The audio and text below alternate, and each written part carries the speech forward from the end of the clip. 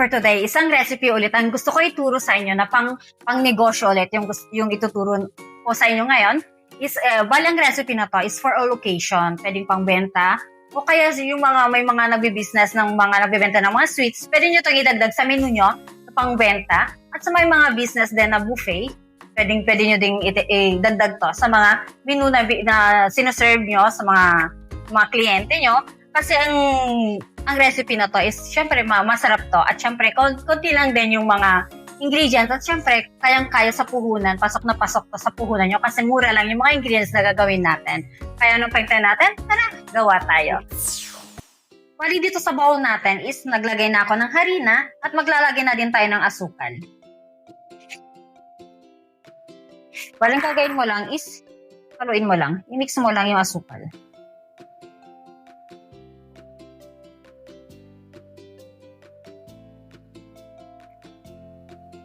Yan. Pag na-mix mo na siya, bali maglalagay tayo ng butter. At syempre dito sa recipe na to is kailangan gumamit tayo ng butter kasi pag margarine kasi yung gagamitin natin, hindi maganda yung kalalabasan niya. Kaya dapat is butter yung gagamitin natin.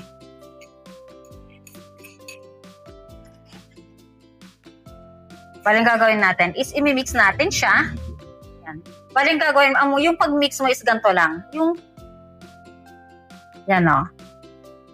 At kailangan din nga pala yung butter is malamig yung butter. Yan. I-combine mo lang yung harina at yung butter na nilagay natin. At syempre yung asukal. Yan, ganito lang siya. Ganito yung paghalo niya. Yan, pag nakita mo na siya na wala nang bubuo yung butter na nilagay natin. Yan o. Baling gagawin mo is maglalagay tayo ng isang egg. Yan, lagay mo lang siya dito sa masa natin. Yan. At yan, pwede mo na siyang i-mix ng ganito. Oh. Parang sa dough na. Yan. Yan o. Pag nakita nyo na siyang ganyan na siya, pata ng konti. Yan, pisilin mo ganyan.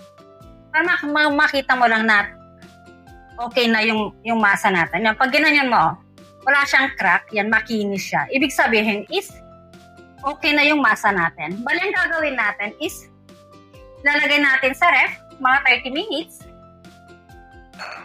Yan. Tapos, mamaya is gagawin na natin yung susunod na step. Pagkatapos ng 30 minutes na nilagay natin sa ref, di ba sabi ko nga, kung gusto niyong ibenta, at syempre, kailangan is timbangin natin. Yan.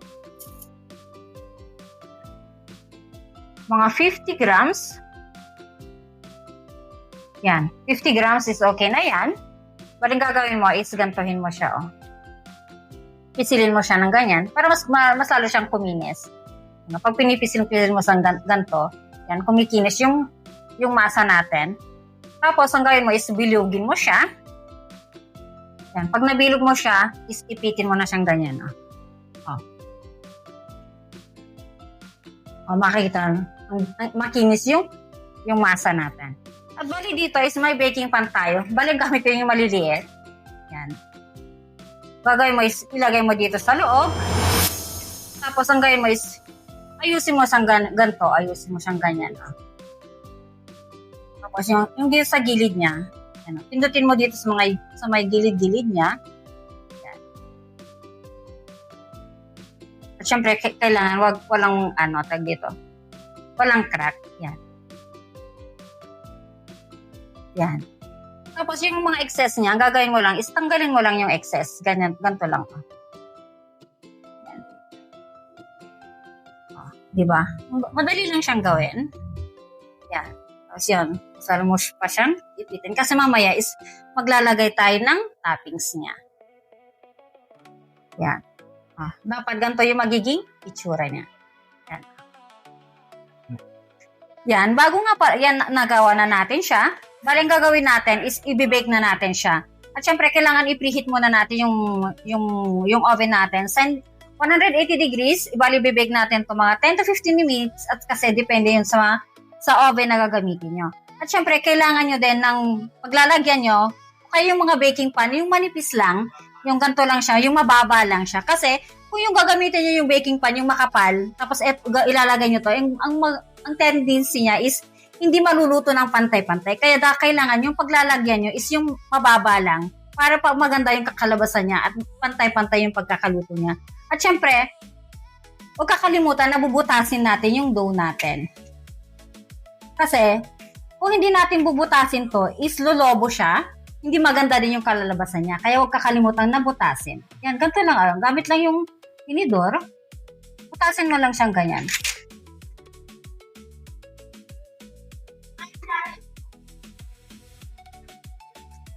Yan, pag nagawa mo na tong proseso na to, yan, pag nabutas mo na siya, yan, pwede mo na siyang ilagay sa oven. Pari eto, yan o, luto na siya. Luto na yung ating masa.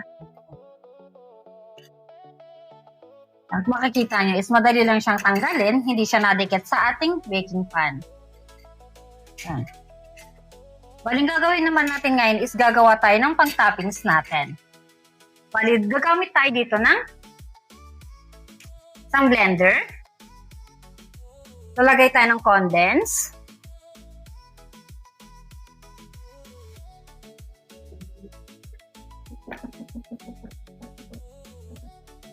At pag nalagay na yung condense, maglalagay tayo ng all-purpose cream at lemon juice. Ang baling gagawin mo is, i-blend mo lang siya.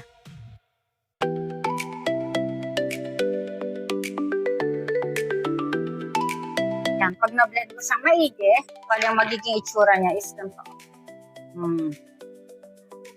Yan. Tapos, pag ilalagay na natin sa ref, isalapot pa to. Yan. Baling gagawin natin,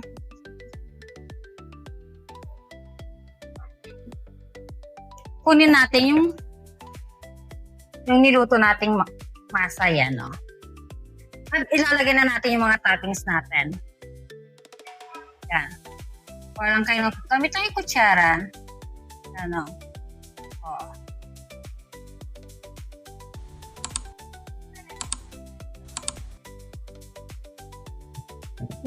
Ang palang kadali ang ating lemon pie. Oh.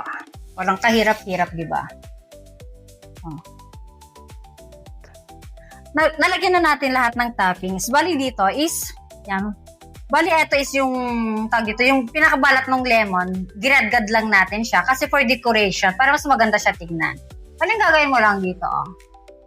Buhos ka lang ng konti. Para mas maganda siya tignan. Yan. O, diba? Mas maganda siyang tignan. At huwag kayong mag-alala kasi hindi naman siya, dito yung, hindi siya papait. Kasi konti lang naman yung ilalagay natin. Yan. Di ba sabi ko naman sa inyo, is pwedeng nyo itong pagkakitaan, bali dito, ang gagawin mo, para syempre, hindi mo nang pwedeng ibenta ng ganito na lang, di ba? O yan, bili ka, hindi naman pwedeng ganon, di ba? Mas maganda pag yung kuha tayo ng disposable, yan. Lagay mo dito sa gitna, ganyan, o. O kaya naman, kung gusto nyo yung may ibang mga lalagyan, o yung mas maliit lang ganyan, o. Pwede din, kayo na lang din yung mag-decide, yan. Takpan mo lang siyang ganyan, o. Yan. Pwede mo na siyang pangbenta. Huwag kakalimutan mag-subscribe sa mga videos natin. Kasi marami pa akong ituturong mga recipes sa inyo. At syempre, pa-like na rin sa mga videos natin at pa-click sa notification bell para sa mga susunod na videos natin.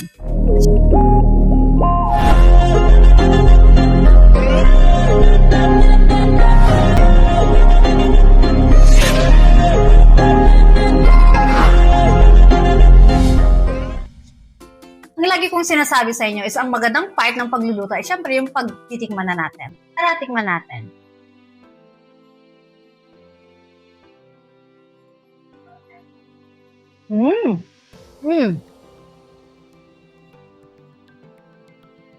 Wow, ang sarap. Nag-ano siya. Nagmimel siya sa bunganga. Yung sarap ng pagkakagawa natin.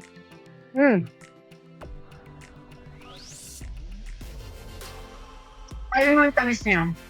Isa yung sobrang tamis. Tapos yung lemon. Tapos ang nasama talaga yung lemon. Kaya huwag kayong mag-atubiling gumawa nito. Sigurado mabibenta nyo to sa mga lahat ng mga pagbibenta nyo kasi masarap talaga siya. Maganda yung pagkagagawa natin. Yung nung dough natin, ang sarap niya. Nag-immerse siya sa bunga. Pag kinakain mo siya, nag-immerse sa bunga nga. Kaya, huwag kayong matakot na gumawa nito. Siguradong papatok to sa mga customers niyo. Kaya, ganito na lang. Ciao!